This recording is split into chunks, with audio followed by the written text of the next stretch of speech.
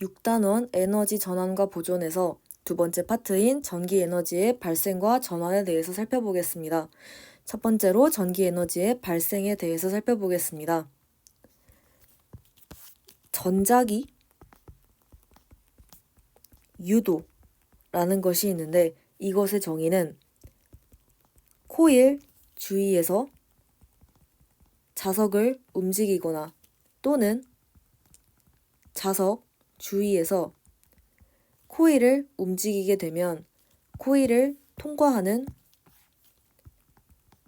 자기장이 변하게 되면서 코일에 전류가 흐르는 현상입니다.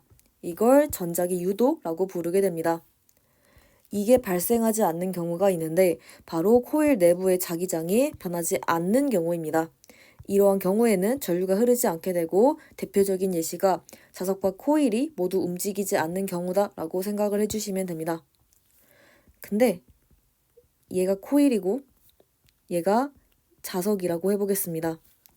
둘 다 고정이 되면 당연히 자기장이 변하지 않게 되겠지만 얘들이 같은 방향과 속도로 움직입니다. 예를 들어서 얘랑 얘가 동시에 요만큼 같은 크기로 움직이고 얘랑 얘가 동시에 요만큼 같은 크기로 움직입니다. 이러한 경우에는 둘 다 움직일지언정 상대적으로 둘의 위치의 관계는 불변이기 때문에 당연히 자기장이 변하지 않아서 전류가 흐르지 않는다라고 생각해 주시면 됩니다. 다시 정리를 하자면 자기장이 변하기 위해서는 하나가 다른 걸 봤을 때 상대적으로 움직여줘야 됩니다. 둘 다 움직이지 않으면 당연히 하나가 다른 걸 봤을 때 당연히 고정이 되어 있을 거고 얘네들이 서로 같은 방향 그리고 같은 크기로 왔다 갔다 거린다고 하면 둘 다 움직일지언정 하나가 다른 걸 봤을 때 그대로 이제 위치에 있는 것처럼 보입니다. 그래서 움직이지 않는 거 그리고 둘 다 같은 방향과 같은 크기로 움직이는 거 이거 두 개가 바로 자기장이 변하지 않는 경우다 라고 생각을 해주시면 됩니다. 그러면 두 번째로 유도 전류에 대해서 살펴보겠습니다. 얘는 바로 전자기 유도에 의해 코일에 흐르는 전류다라고 봐주시면 됩니다. 그래서 이 전류가 유도 전류다라고 봐주시면 됩니다. 방향은 코일을 통과하는 자기 력선의 양과 방향의 변화를 방해하는 방향으로 유도 전류가 흐른다라고 봐주시면 됩니다. 그래서 방해가 키포인트다라고 봐주시면 됩니다. 그래서 이거를 쉽게 기억하기 위해서는 청개구리 느낌이다라고 생각을 해주시면 됩니다. 즉 가지마 그리고 오지마 느낌이다 생각해 주시면 됩니다. 그래서 이거를 이 중등과학 2학년 자료에 잘 나와 있는데 두 번째 단원인 전기와 자기에서 세 번째 파트인 전류의 자기작용을 통해서 이게 청개구리 느낌이 어떤지 잘 나와 있습니다. 그리고 이 내용을 아래다가 일부 담았기 때문에 이 내용들을 통해서 유도 전류의 방향을 구해줄 수가 있게 됩니다.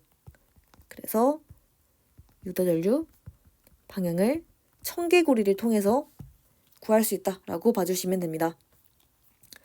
그러면 검류계에 대해서 살펴보겠습니다. 검류계라고 하는 건 매우 미세한 전류나 전압을 검출하는 장치입니다.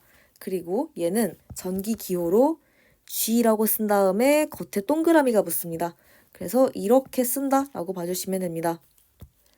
검류계에 흐르는 전류의 방향이 바뀌게 되면 검류계의 바늘은 반대로 이동을 하게 됩니다. 그래서 이 부분을 이 그림을 통해서 살펴보도록 하겠습니다. 자석이 왔다 갔다 거릴 때 코일에 흐르는 전류가 왔다리 갔다리 거립니다.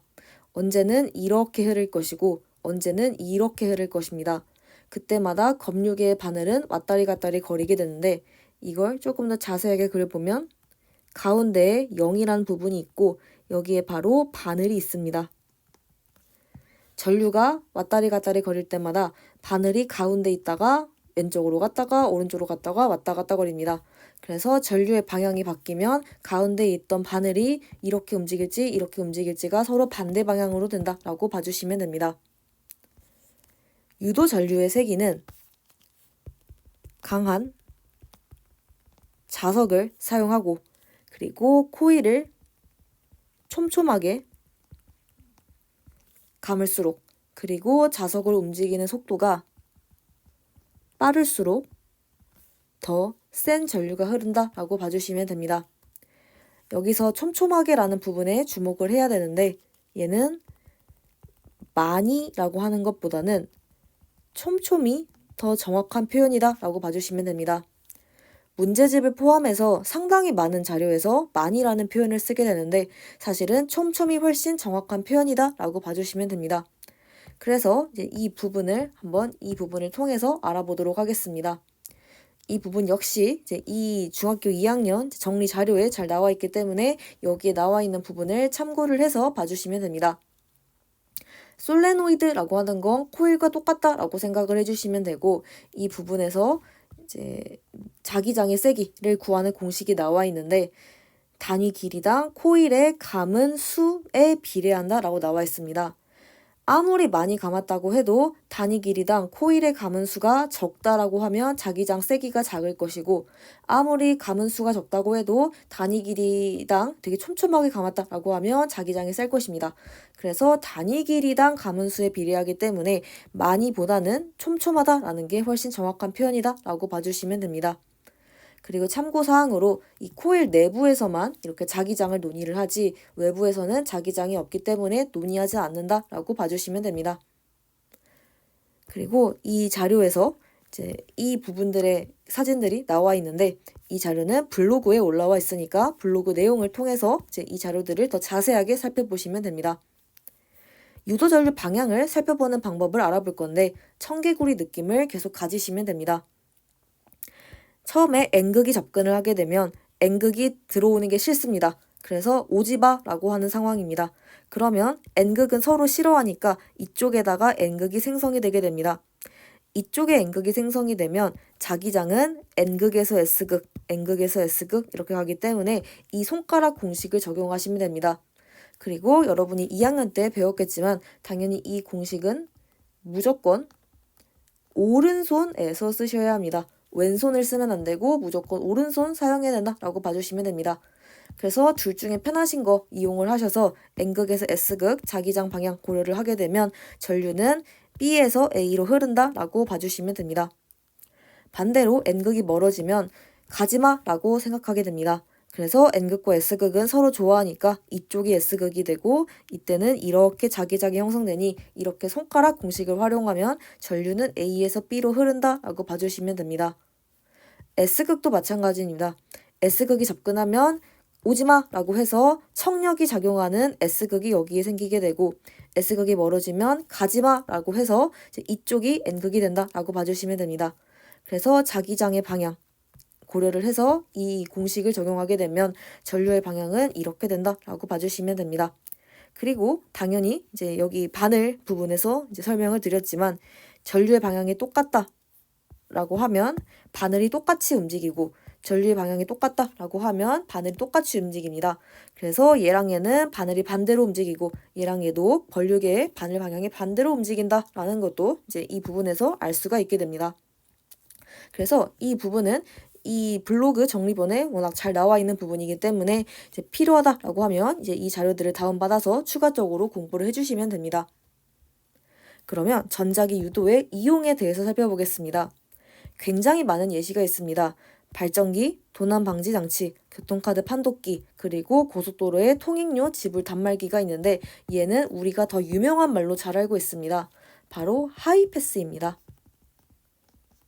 그래서 이 말이 굉장히 긴데 이거를 하이패스라고 똑같다라고 생각하시면 됩니다. 그리고 마이크, 인덕션 레인지, 금속 탐지기, 전자기타 모두 전자기 유도를 이용하는 예시 중에 하나다라는 것도 기억을 해주시면 됩니다. 그러면 이렇게 해서 첫 번째 파트 마무리하도록 하겠습니다.